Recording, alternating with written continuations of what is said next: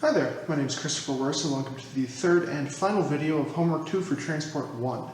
This one's going over Part 3, which says starting from a force balance on a cylindrical control volume with either a pressure drop or a vertical elevation, you can choose one or the other, show that the fanning friction factor, F, equals 16 divided by the Reynolds number for laminar flow.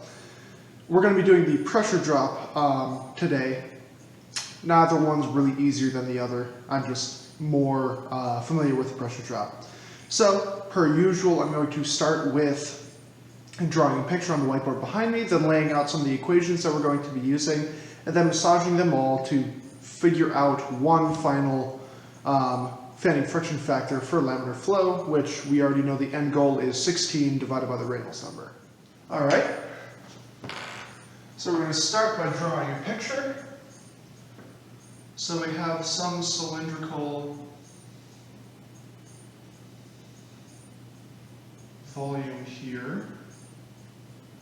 And what we are concerned about specifically is only a certain portion of the liquid flowing through it. So the outer cylinder is the overall container, and the inner cylinder is the liquid flowing through it. Now that liquid could be the inner cylinder could be the entirety of all the liquid, or a specific portion of the liquid. But either way, it's it's rubbing against something. So on this cylinder, we have two pressure forces acting. If this is state 1 and this is state 2, we have a pressure 1 and a pressure 2 acting in opposite directions, which means we're going to have to figure out a positive direction, so we'll call this positive x direction. We have a length of the liquid that we're thinking about, i.e. the length of the cylinder. We're going to call this delta x. We have a radius of the cylinder, call this capital R, and then a radius of the inner cylinder. It's a little small, but that will be little r. That's really all that we need to figure out this. That's all that we need to figure out this specific equation. So we're going to be starting with the force balance.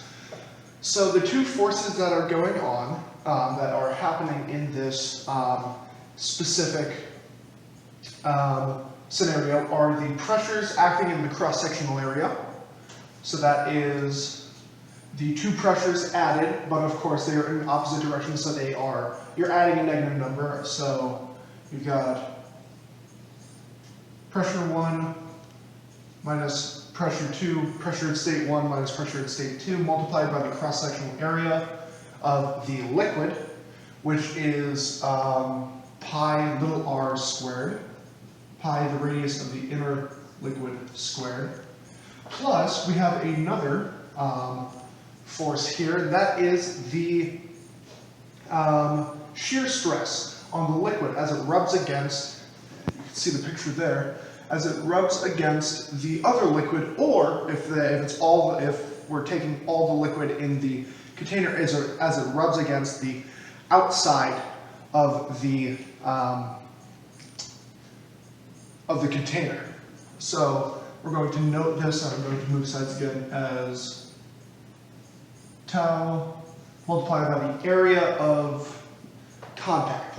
So that's just the circumference of the circle, 2 pi r, little r for the radius of the inner liquid, multiplied by the length that is rubbing it against, delta x. Delta, that's a large delta, but that's fine. That's a bit too big. I'm going to need more space eventually, so. Much more. And this, of course, it's force balance, so that equals 0. Now, we know shear stress is equal to, from earlier work, the viscosity, mu, multiplied by the change in velocity over change in position, so dv over dx, or dr.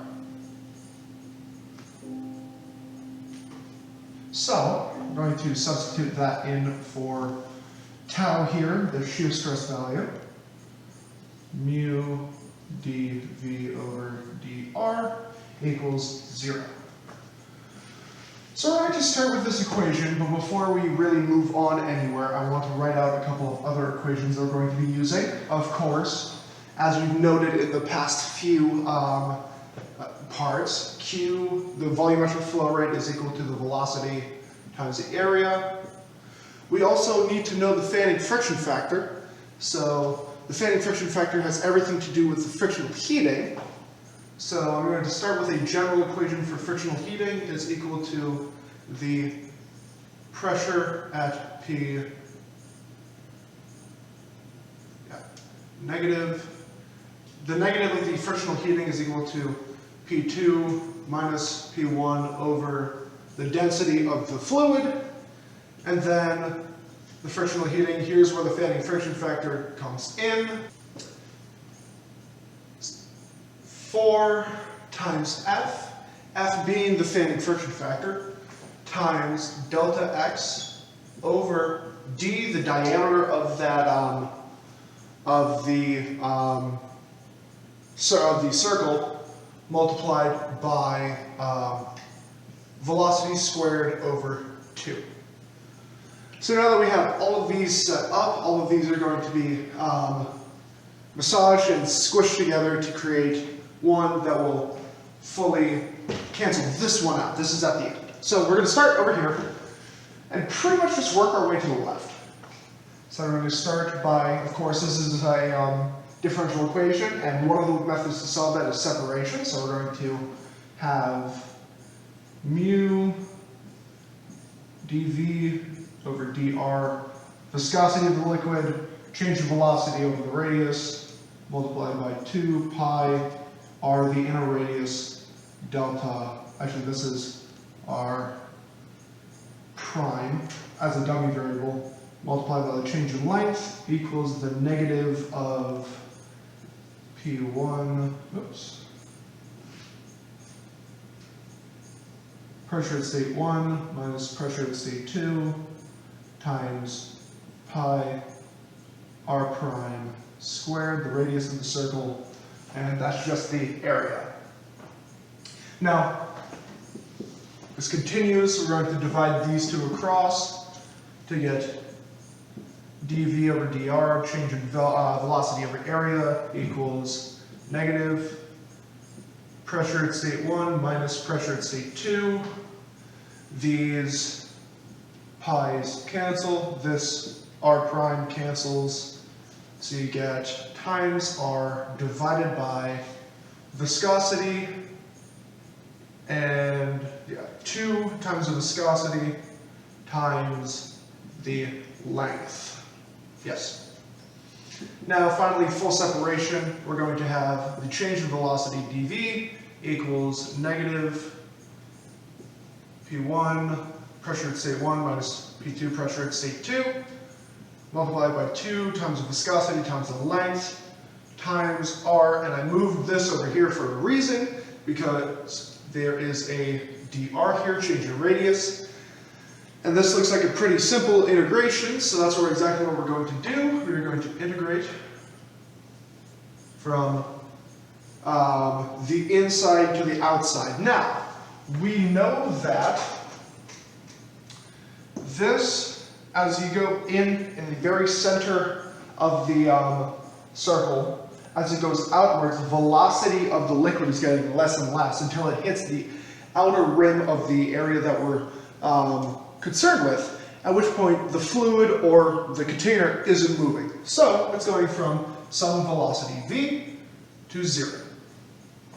This r is also going from some inner radius r to capital R, the outer radius of the entire circle. So with that, with the limits being placed, we can integrate here. So that just goes to negative v, or if you notice, there's a negative over here, so those two negatives cancel out. You just got your velocity is equal to P pressure at state 1 minus pressure at state 2 divided by 2 times the viscosity times the length multiplied by R, R squared over 2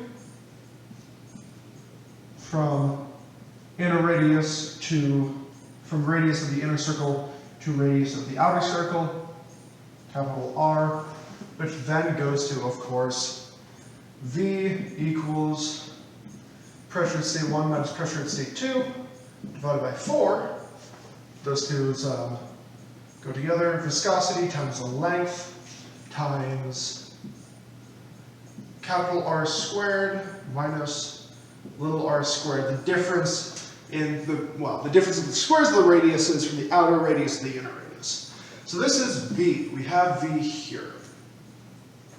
Now we also have Q over here. Now Q is VA, but the specific Q that we're looking at is actually Q equals V average times A, which means that Q is the integral of V times A, which means that Q equals the integral of, or well, we can actually move these out because, again, these are constant. Pressure 1 minus pressure 2 over 4 times the viscosity times the length. It's integral of R squared minus R squared times the area, which is just pi R squared, or no. And we're actually going to be using circumference here, so 2 pi r multiplied by the change in the radius. These two cancel to give a 2, and Q equals pressure difference between states 1 and 2 divided by, or times pi, divided by 2 times the viscosity times the length times the integral of R squared times little r minus r cubed dr. And this is from 0 to capital R, from the very center to the outer radius. And this goes to integrate Q is equal to pressure 1 minus pressure 2 times pi divided by 2 times the viscosity times the length times R2 times the outer radius times the outer radius squared times the inner radius squared over 2 minus the inner radius to the power of 4 over 4 from 0 to r, which means that this becomes the outer radius to the power of 4 over 4, which also means that this r, this inner radius, or this dummy variable r, becomes outer radius squared, which is then multiplied by another outer radius squared, which gives outer radius to the power of 4. And we have these two, same variable, you can combine fractions, goes to Q equals P1, pressure at state 1 minus P2, pressure at state 2, times pi divided by 2 mu, 2 times the viscosity times the length times the outer radius over to the power of 4 over 4. That gives means that those two multiply out. Then we have a general equation for Q. Now, if you notice that the only what we're going towards, the spanning friction factor over here, has the diameter. in here, which means that we need to translate this diameter, this radius into the diameter, which is of course r, or diameter equals r times 2, or the radius equals the diameter over 2. That is to the fourth. So that we'll do one final translation. That goes to Q is equal to pressure at state 1 minus pressure at state 2 times pi divided by h times the viscosity times the length times diameter to the fourth divided by 16. Those two multiply across, and that gives 8 times 16, 128. 128 times the viscosity times the length. And I'll just combine these two and make it look nicer. That's the diameter to the fourth. So we have this Q value here, and I'm going to write that up here, and then again, translate all my work over here, down, erase all my work, and then get started on using this equation here. So Q is equal to P1 minus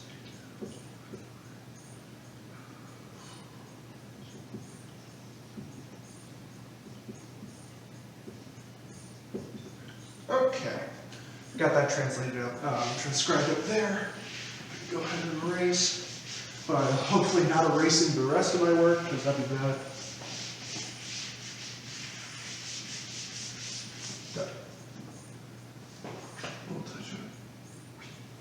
Okay, so now that we have Q, we also have pressure relationship here. We also have a pressure relationship up here with the frictional heating, and we want this frictional heating here. So we have negative of the frictional heating is equal to P2 minus P1 over, that's not how you draw, divided by the density, which means that P1 minus P2 is equal to the frictional heating divided by, or multiplied by the density. We're going to take this Q equation over here, we're going to move back over. Q is equal to pressure 1 minus pressure 2 times pi times the diameter to the power of 4 divided by 128 times the viscosity times the length. That then goes to, if we move all of this over here, pressure 1 minus pressure 2, pressure at state 1 minus pressure at state 2 is equal to 128 times Q times viscosity times the length divided by pi over d to the 4, d to the diameter to the fourth, and then you can translate those two together, equals frictional heating times the density. Density divides across to give frictional heating is equal to 128 times the volumetric flow rate times the viscosity times the length divided by pi, divided pi times the diameter to the fourth power times the density. And with that, we can finally equate these two equations together to start massaging around numbers and variables to get F alone and figure out the final value of the Thanian friction factor. For laminar flow specifically, this volumetric flow rate only works for laminar flow. I almost forgot to mention that, i.e. a Reynolds number of under 2,000. If it's over 3,000, you can predict it, but it's a different equation. If it's between 2,000 and 3,000, you don't know if you have laminar flow or turbulent flow or a mix, so you really can't predict it, and it's a bunch of different, much more complicated work to even begin to work with that specific state. So this is only for laminar flow. So we've got 128 times volumetric flow rate times viscosity times the length divided by pi diameter to the fourth power times the density is equal to 4 times the fanning friction factor times the length over the diameter times velocity squared over 2. These two cancel. Okay, so now we're going to multiply everything over to get F alone. Fanning friction factor is equal to 128 times Q times the viscosity times the length divided by pi times d to the diameter to the fourth power times the density, and then divided by times diameter over 2 times the length times the velocity squared. So these two lengths cancel, these two densities cancel, so that gives, or diameter to the third power, and this cancels here to 64. Okay, that gives fanning friction factor is equal to 64 times the volumetric flow rate times the viscosity divided by pi times diameter cubed times the density times the velocity squared. This is not what we want. We wanted 16 divided by the Reynolds number, and we got a mess. There is, and something that, and so how we're going to get out of this mess is by realizing that, again, Q has its own little subset of an equation. They have to do to factor with both velocity as well as diameter and pi. So we want all of those to kind of work in conjunction and cancel out. So that goes to fanning friction factor is equal to 64 times the Q equals VA, so the velocity, times the area, which we're going to put in terms of density of diameter. So that will be Q equals velocity times pi r squared, r being 2 diameter over 2, so that's pi d over 4. So times pi times the diameter squared over 4 times mu divided by pi diameter cubed density velocity squared. Velocities cancel, pi cancels, diameter cancels to leave, diameter squared cancels with diameter cubed to leave only a diameter on the bottom. That count, those numbers cancel. It goes to fanning friction factor equals 16 times viscosity divided by diameter times the density times the velocity. Now, final piece of the puzzle, the Reynolds number is equal to the diameter times the density times the volume over the viscosity. D rho v or rho v d over mu, which means that you've got finally the fanning friction factor for laminar flow only is equal to 16 over the Reynolds number, which is exactly what the homework part 3 asked us to find. And with that, we're finished. Thank you very much for watching. I hope you have a wonderful day.